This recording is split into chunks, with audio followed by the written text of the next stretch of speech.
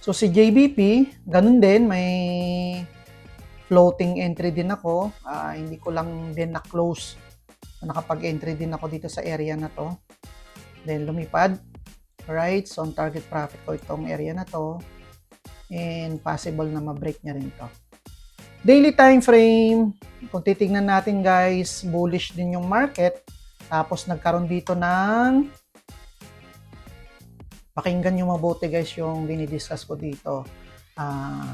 Malaki may tutulong nito sa strategy na ginagamit nyo, lalo na kung SMC or supply and demand naman. So ito, nagkaroon dito ng demand and na-fill niya na rin tong fair value gap.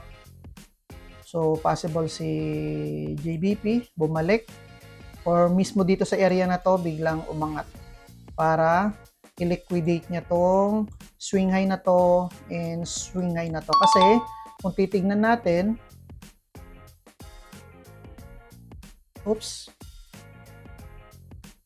possible hindi niya na to ito guys, possible na hindi niya na to ma-liquidate kasi meron ditong supply na hindi pa na may mitigate ni JBP.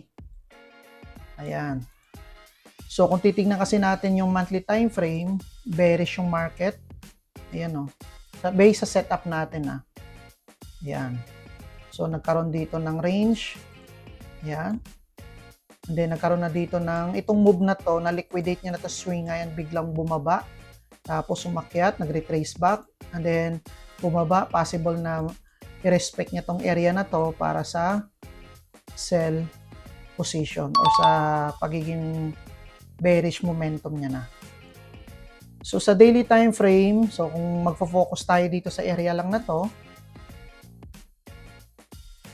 ayan.